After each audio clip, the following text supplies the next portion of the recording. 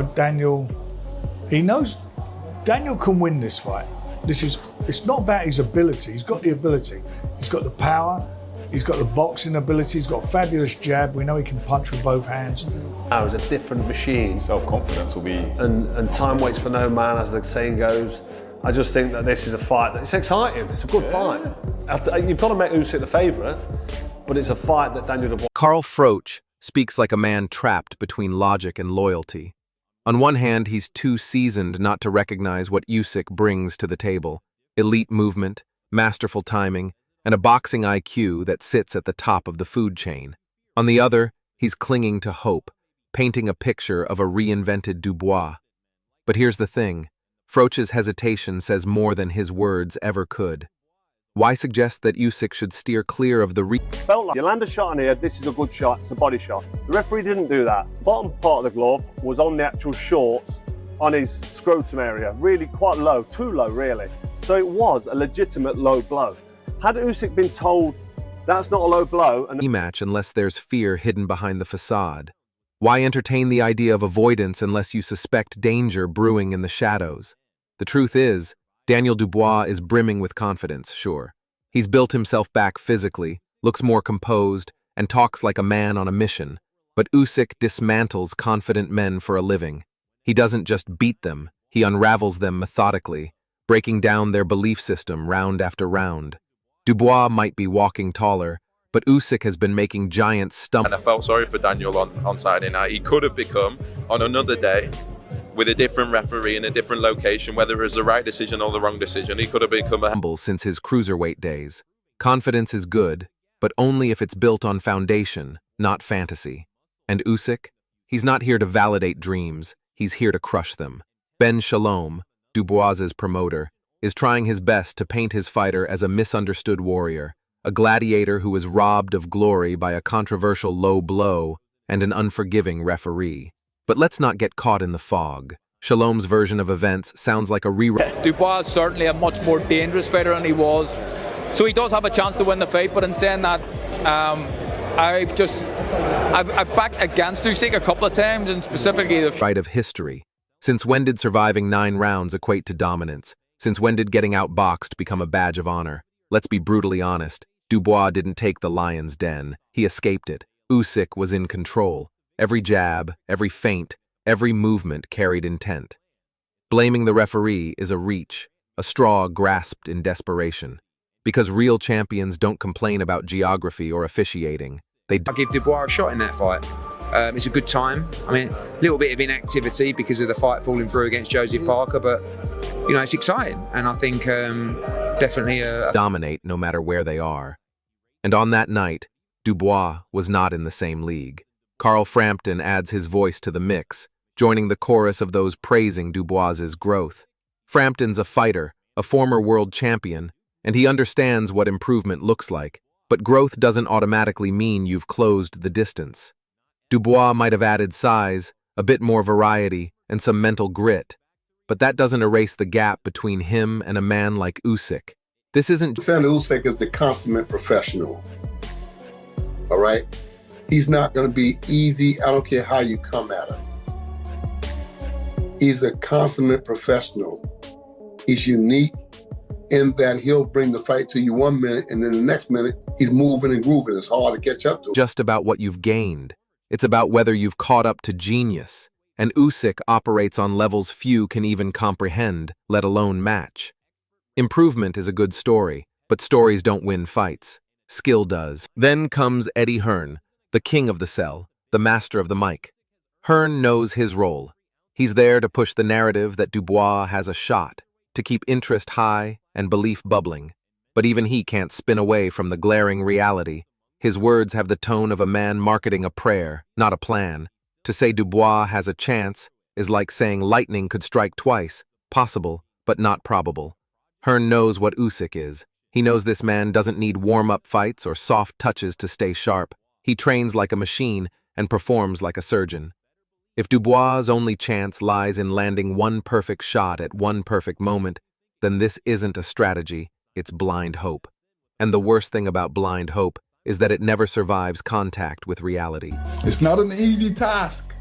but he's definitely the man that can go through with it. He's done the work, he's gone through the pedigree, and he's a certified champion. So, I think, he has big hopes on doing it. He's going to do it. Usyk doesn't hand out miracles. He exposes weaknesses and magnifies flaws. That's not a man you want to gamble against. Then comes Duke McKenzie with a perspective that cuts through all the fluff. McKenzie, a straight shooter, acknowledges Dubois' power and presence. But even he draws a line when it comes to Usyk. That's telling. You'll notice a pattern. People believe in Dubois until the word Usyk enters the conversation. Then everything changes. Why? Because Usyk doesn't fight like the others. He doesn't get rattled. He doesn't crumble. He turns pressure into performance.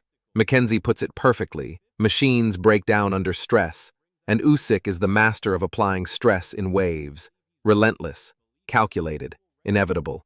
Dubois might be dangerous, but danger is only effective if it can land. And with Usyk, you don't get that luxury unless he gives it to you. One, Usyk, Dubois offers Usyk. And if you still have lingering hope, listen to Lennox Lewis. Because when Lennox... Usyk is a class act, a mature individual because he's older and wiser, comes from a completely different background. But Daniel Dubois is growing into himself. This will be one hell of a fight. This will be a proper fight, like all of the Usyk fights. Speaks, the boxing world listens. He's not just a former world champion, he's the gold standard of the heavyweight division. When he throws his weight behind Usyk, it isn't casual praise. It's an endorsement from one of the greatest to ever lace up gloves. Lennox knows what it takes to thrive at the top of this brutal mountain, and he sees that in Usyk. Not just talent, but the mindset, the preparation, the deep understanding of what it means to dominate consistently. Usyk's resume speaks for itself. From Olympic gold to cruiserweight king to toppling Anthony Joshua, not once but twice, this is a man who has earned his status through brilliance. He's not chasing greatness, he's living in it. Lennox knows what pressure feels like, and yet he's backing Usyk to walk right through it again. That tells you everything you need to know. Meanwhile, Dubois is still being discussed like a project under construction, and that's the real problem. You don't walk into the ring with a fully constructed masterpiece like Usyk while you're still figuring out your... Too. I kind of figured that one out, but at the end of the day, the whole turning point was after the fifth. It was the sixth round. He did what winners do. He said, a winner never lets you get momentum, does he? No, a winner's not... Blueprint. Simon Jordan then steps into the discussion, offering a sharp, cutting take that fans often overlook.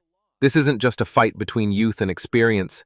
It's a test of who's lived through more, learned more, and lost less. Jordan emphasizes that Usyk isn't just older. He's seasoned by war, molded by struggle, sharpened by sacrifice. And that level of maturity radiates in everything he does, in his poise, in his patience, in his ability to navigate chaos like a calm storm. Dubois might be entering his physical prime, but mentally, he's still catching up. Usyk, meanwhile, is the professor, already teaching the final course in elite-level boxing. Jordan nails it. This isn't a 50-50. It's a spectacle, because Usyk makes it one. When the lights shine brightest, Usyk elevates. That's the mark of true greatness. And if that's not... Punch hard enough, he'll come across a completely different skill set than Oleksandr Usyk. You got to remember he's been in there with him already, and we all know what happened last time. Yes, true. I don't want to hear this stuff about low blows. It's called a protector for a reason. If you hit a protector, guess what? Convincing, Teddy Atlas, one of the most respected minds in boxing, lays it out with surgical clarity. Atlas doesn't just break down fights, he dissects them. He explains why Usyk always stays one step ahead, why the fight always turns after the fifth round. That's when Usyk shifts from cautious to cold-blooded. He starts denying rhythm, stripping his opponent of belief, choking any momentum before it can take root. Atlas isn't talking about tactics, he's talking about identity. Usyk doesn't coast, he closes. That's what champions do. Dubois, for all his muscle and presence, has shown that when the temperature rises, his engine can falter. Atlas's insight is chilling. Usyk doesn't let you breathe. And if a man who's trained champions says that, you better listen. And it's not just experts, it's former opponents too. Tony Bellew, who shared a ring with Usyk, offers first-hand testimony. Bellew shuts down the narrative of the controversial low blow. Like they're best friends? I love you, man. They're buddies? Like they were family friends? I mean, can you imagine Muhammad Ali or like Joe Frazier having dinner together? What? Can you imagine Mike Tyson? He calls it noise, a distraction from the real story, that Usyk outclassed Dubois in every meaningful way. Bellew understands what Usyk brings. He's not just a technician, he's a psychological assassin. He makes you question everything you thought you knew, your power, your plan, your identity. And when Bellew says Usyk is clean, pure skill, you believe it, because he felt it. And then there's Peter Fury. Known for his straight talk, Fury keeps it brutally honest. Yes, Dubois has improved. Maybe he's more patient, maybe he's grown, but elite-level boxing isn't about showing up better than before. It's about solving problems that very few can. And Usyk is a puzzle, wrapped in a riddle, and dipped in footwork. He's a southpaw wizard with stamina for days, and the ability to disrupt timing like no one else. Fury doesn't commit to backing Dubois because he knows Usyk's not just tricky, he's a nightmare. You don't just land one on him. You have to earn every inch, every breath, every second. Against a mover like Usyk, danger becomes desperation. Then comes Alex Krasyuk, Usyk's own promoter, and he brings a sharp counter to the age narrative. People keep pointing to Usyk's age. Just 27, being a heavyweight, being the champion of the world now, and he's on his way up. Where Usyk is in his 37 is in a top position now. Yeah, so there is no other space for age. But Krasyuk reframes it beautifully. Usyk isn't declining, he's defending. He's at the peak of the mountain and he's fighting to keep it. Dubois is still climbing, still unsure of what kind of fighter he really is at the elite level. Usyk, meanwhile, has fought champions, adapted mid-fight, and found ways to dominate without relying on size or power. Krasyuk makes it clear.